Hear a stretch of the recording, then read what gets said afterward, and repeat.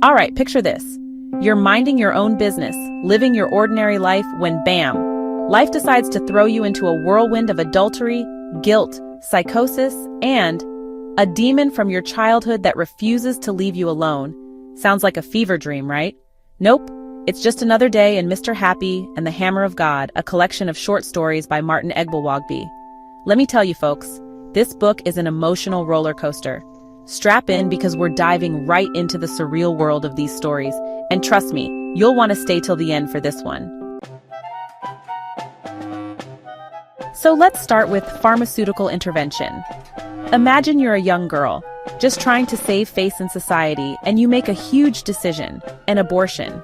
But instead of relief, guilt becomes your constant companion, living rent-free in your mind. It's like your brain downloaded anxiety in 4K and there's no off switch. Then there's small changes within the dynamic. A young man marries the love of his life against all advice. Sounds romantic, right?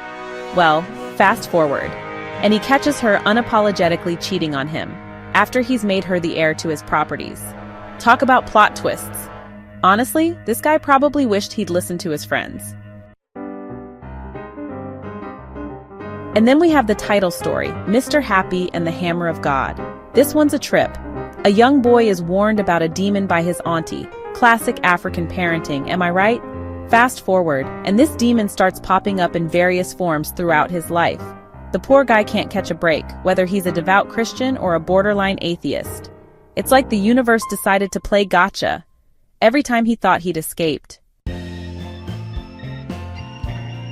Twilight poignantly explores a man's final thoughts as he approaches death, offering a meditative glimpse into the unknown.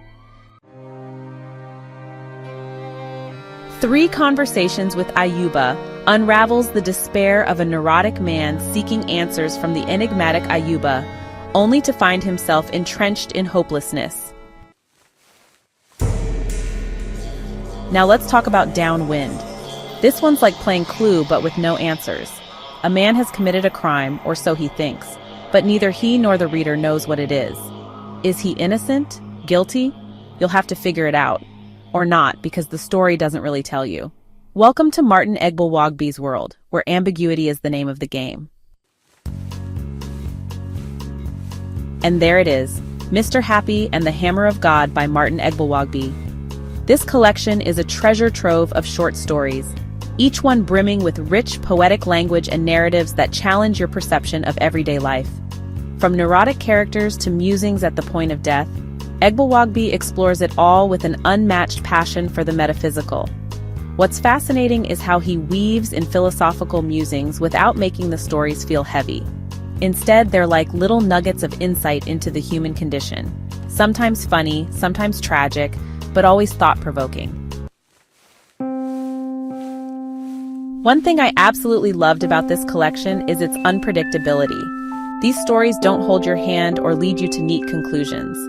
Nope, they leave you with more questions than answers, like a riddle you can't stop thinking about. But I will say, some stories end a bit too abruptly. Just when you're fully invested, boom, it's over, and you're left wondering, wait, what happens next? On the flip side, maybe that's the point. Life doesn't always give you closure, does it? So who is Martin Egblewogbe?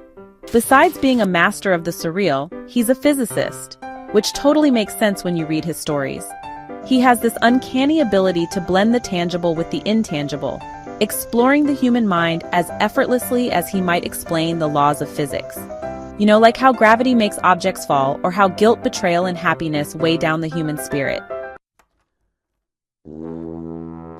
If you're looking for a book that's different from anything you've read before, Mr. Happy and the Hammer of God is it. Whether you're into poetic language, metaphysical musings, or just want stories that make you think, this collection delivers.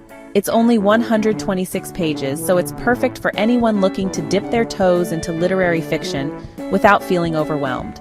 So go grab yourself a copy, and when you're done, come back here and let me know your thoughts.